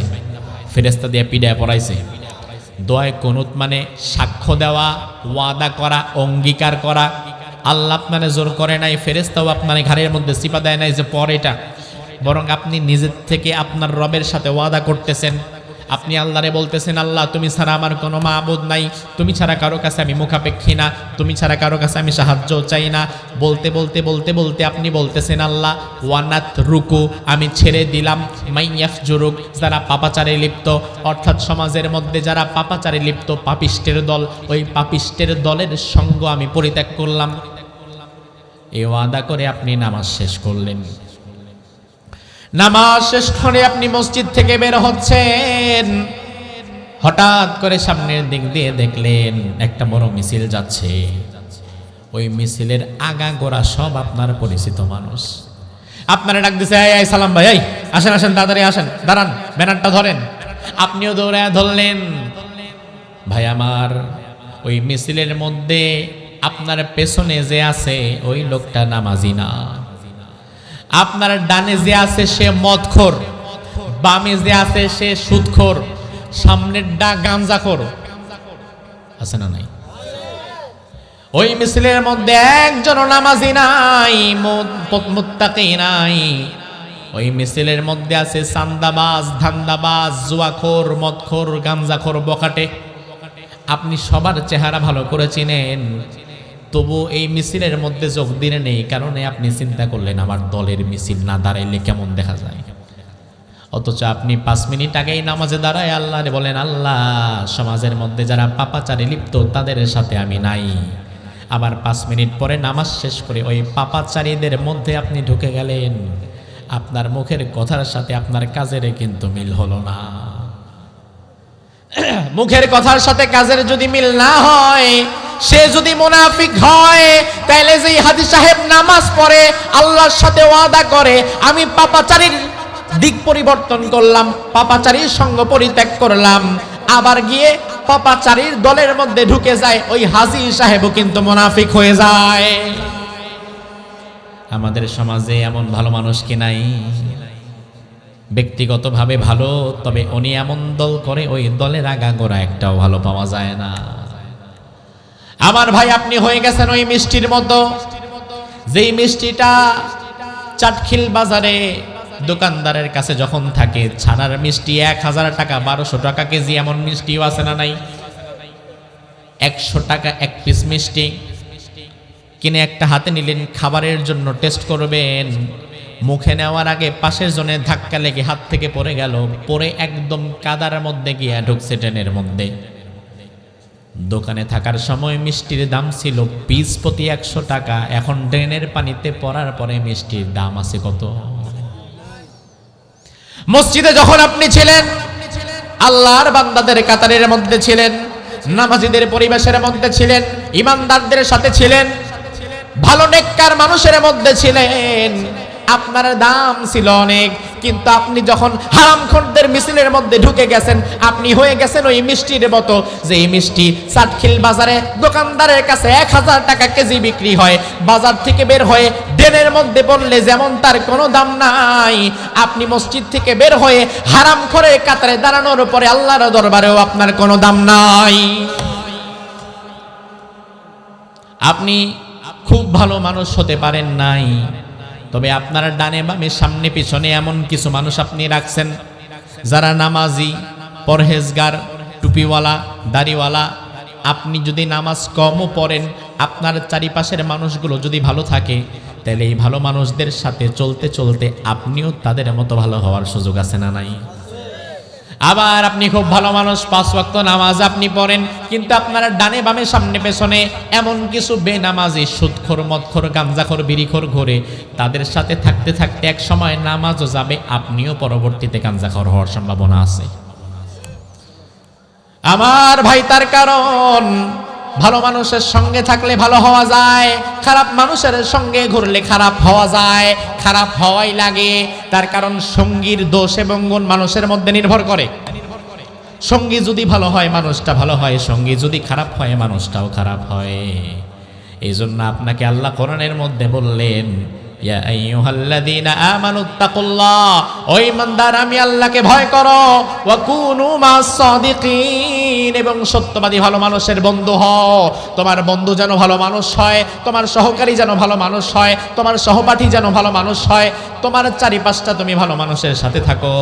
তাইলে তুমি যদি ব্যক্তিগতভাবে খুব একটা ভালো নাও হতে পারো, তবে তোমার সম্পর্ক যদি আল্লাহওয়ালা, ঈমানওয়ালা, মুমিন বান্দাদের সাথে থাকে, ওই আল্লাহওয়ালা, ঈমানওয়ালা, মুমিন বান্দাদের সাথে সাথে তুমিও কিন্তু পার পেয়ে যেতে পারো। আমার ভাই, আপনার সন্তান বিয়ে করবে, স্বর্ণ কেনা লাগবে বৌমার জন্য। বর্তমান স্বর্ণের বাজারে কি নরম না গরম? ভরি কত? 1.5 লাখের উপরে। নি বিয়ে করছেন অনেক আগে, বোঝা গেল জানেন না। এই কয় লাখ বিয়ে করছো? 2 লাখ টাকা স্বর্ণের বড়ি, হুজুর বিয়ে করুন কেমন? 2 লাখের উপরে। আর স্বর্ণের দাম যখনই বাড়ে ঘরের বেডি খালি। কইছিলাম না আগেই, কদুর কিনে রাখতা। আমরাও বুঝতে, আরে রাগ কইরো না, কিনবো, দাম সামনে আরো কমবো, কমলে পরে কিনবো, কিন্তু দাম তো আর কমবো না, আমরাও জানি। 2 লাখ টাকার উপরে স্বর্ণের ভরি। চাটখিল বাজারে গেলেন, স্বর্ণ কিনবেন, 1 ভরি স্বর্ণ কিনলেন 2 লাখ টাকা দিয়ে। স্বর্ণটা আপনার কাছে যখন বিক্রি করা হবে, স্বর্ণটা কিন্তু ধুয়ে মুছে বিক্রি করা হয় না, ডিসপ্লে থেকে বের করে ওজন দেয় নিক্তিতে, নিক্তিতে ওজন দিয়ে আপনারে সুন্দর করে দিয়ে দেবে। আমার ভাইবার লক্ষ্য করেন, ওই স্বর্ণের গায়ে জলীয় বাষ্প আছে, ওই স্বর্ণের গায়ে ক্ষুদ্রাতি ক্ষুদ্র কিছু ধুলোবালু আছে, যেই ধুলাবালিগুলো খালি চোখ দিয়ে দেখা যায় না, তবে আপনি যদি মাইক্রোস্কোপটা স্বর্ণের গয়নার মধ্যে ধরেন, তাহলে অসংখ্য ধুলাবালু ওই গয়নার মধ্যে আপনি দেখতে পাবেন। তাহলে এই ধুলাবালি সহ স্বর্ণটা আপনার কাছে বিক্রি করে দেওয়া হলো 2 লাখ টাকায়। স্বর্ণের দাম 2 লাখ টাকা। ধুলাবালি যখন স্বর্ণের সাথে মিলে গেছে, ওই ধুলাবালির দামও হয়ে গেছে 2 লাখ টাকা। ওই ধুলাবালিগুলো যদি স্বর্ণ থেকে আলাদা মুছে ফেলে দেন, ওই ধুলাবালিগুলোর কোনো দাম আপনার কাছে আর থাকে না। কিন্তু স্বর্ণের সাথে লেগে থাকার কারণে 2 লাখ টাকা ভরিতে স্বর্ণ বিক্রি হলে 2 লাখ টাকা দামে ওই ধুলাবালিটাও বিক্রি হয়। আপনি যদি ব্যক্তিগতভাবে খুব ভালো হতে নাও পারেন, আপনার সম্পর্ক যদি ঈমানওয়ালা, আল্লাহওয়ালা, মুত্তাকি, পরহেজগার বান্দাদের সাথে থাকে, তাহলে আল্লাহর দরবারে কিয়ামতের ময়দানে আপনার সঙ্গীদের কারণে আপনিও নাজাত পেয়ে যেতে পারেন। আর উল্টা দিকে আপনি নিজে ব্যক্তিগতভাবে ভালো হলেও হতে পারেন। তবে আপনার আশেপাশে সবাই যদি খারাপ মানুষ থাকে, ওই খারাপ মানুষদের পাল্লায় পড়ে জীবনে ঈমানটা নষ্ট হওয়ার সম্ভাবনা আপনারও আছে না নাই? এজন্য আমার ভাই, গভীর রাত হয়ে গেছে, ঈমান ভাঙার কারণ নিয়ে আমরা আর বিস্তারিত কথা বললাম না। তবে ঈমান ভাঙার যে 3টা কারণ বললাম, ভালো করে মনে রাখবেন। ঈমান ভাঙার 1 নাম্বার কারণ বলেছিলাম শিরিক। কি জোরে কর? 2 নাম্বার, সরি, ঈমান ভাঙার 1 নাম্বার কারণ বলেছিলাম কুফর, 1 নাম্বার, 2 নাম্বার, 3 নাম্বার নিফাক। আর নিফাক যে করে সেই মুনাফিক। এই 3টা হচ্ছে ঈমান ভাঙার কারণ। সর্বশেষ মেসেজ হচ্ছে, এই যে বাংলাদেশ 55 বছরের স্বাধীন হওয়া একটি জন্মভূমি আমাদের, দলমত নির্বিশেষে দেশটাকে আমরা ভালোবাসি। এই 55 বছরের বাংলাদেশে ক্ষমতায় যারাই গেছে, কোনো দলের বদনাম করছি না ভাই, ক্ষমতায় যারাই গেছে, আওয়ামী লীগ, বিএনপি, জাতীয় পার্টি, যারাই দেশ পরিচালনা করেছে, সবাই মুসলমানই ছিল। কোনো হিন্দু কোনোদিন বাংলাদেশের প্রধানমন্ত্রী হয়েছে, ইতিহাসে হয় নাই। কোনো খ্রিস্টান, ইয়াহুদি প্রধানমন্ত্রী, প্রেসিডেন্ট হয়েছে, ইতিহাসে হয় নাই। কারণ 92% মুসলমানের দেশ বাংলাদেশ। রাষ্ট্রের মূল জায়গাগুলোতে মুসলমানেরাই থাকবে, এটাই স্বাভাবিক। তবে 55 বছরে মুসলমানেরা একটা ভূখণ্ড শাসন করেছে। ওই ভূখণ্ডে ইসলাম প্রতিষ্ঠা করে নাই, কোরআনের বিধান প্রতিষ্ঠা করে নাই। এর দায়ভার ওই দেশে থাকা হিন্দুদের। হ্যাঁ, হিন্দুদের। গোটা দেশে হিন্দু আছে মাত্র 5%। তার মানে দোষটা তাদেরকে দিতে পারবেন না। যদি আপনি বলেন তাহলে বোধহয় চাকমা, বারবা, রোহিঙ্গা, খ্রিস্টান, এদের এটাও পারবেন না। কারণ তাদের টোটাল জনগোষ্ঠী মিলিয়ে আছে 3%। ওদিকে 5% হিন্দু, এদিকে 3% অন্য জনগোষ্ঠী। তাহলে 5 আর 3 কত হইল? আর বাকি মুসলমান থাকে কয় পার্সেন্ট? তাহলে 92% মুসলমানের দেশ বাংলাদেশে 55 বছরেও যে কোরআনের বিধান প্রতিষ্ঠা হলো না, এর দায়ভার হিন্দুদের, বৌদ্ধদের, খ্রিস্টানদের, চাকমা, বার্মা, রোহিঙ্গাদের, নাকি মুসলমান নামক কিছু মুনাফিকের? মুসলমানদেরও না, বরং মুসলমান নামধারী মুনাফিকের। তার কারণ হচ্ছে বাংলাদেশে ইসলাম প্রতিষ্ঠা হওয়ার জন্য 92% মুসলমানের দরকার নাই।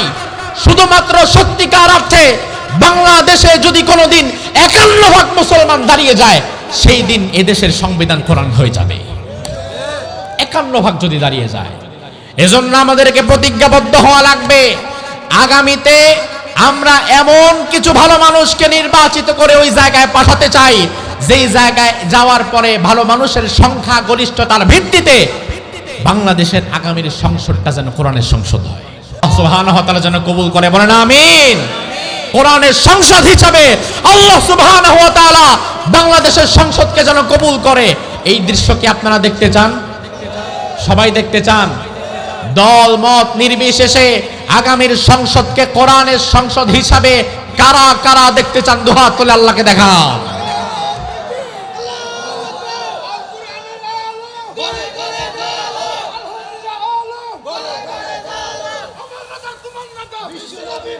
আল্লাহ সুবহানাহু ওয়া তাআলা কোরআনের জন্য আমাদেরকে কবুল করুক, আমরা পড়ি আমিন।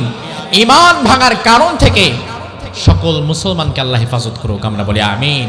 হাযা মা ইনদি ওয়াল ইলমু ইনদাল্লাহ আলাইহি তাওয়াক্কালতু ওয়া ইলাইহি উনীব।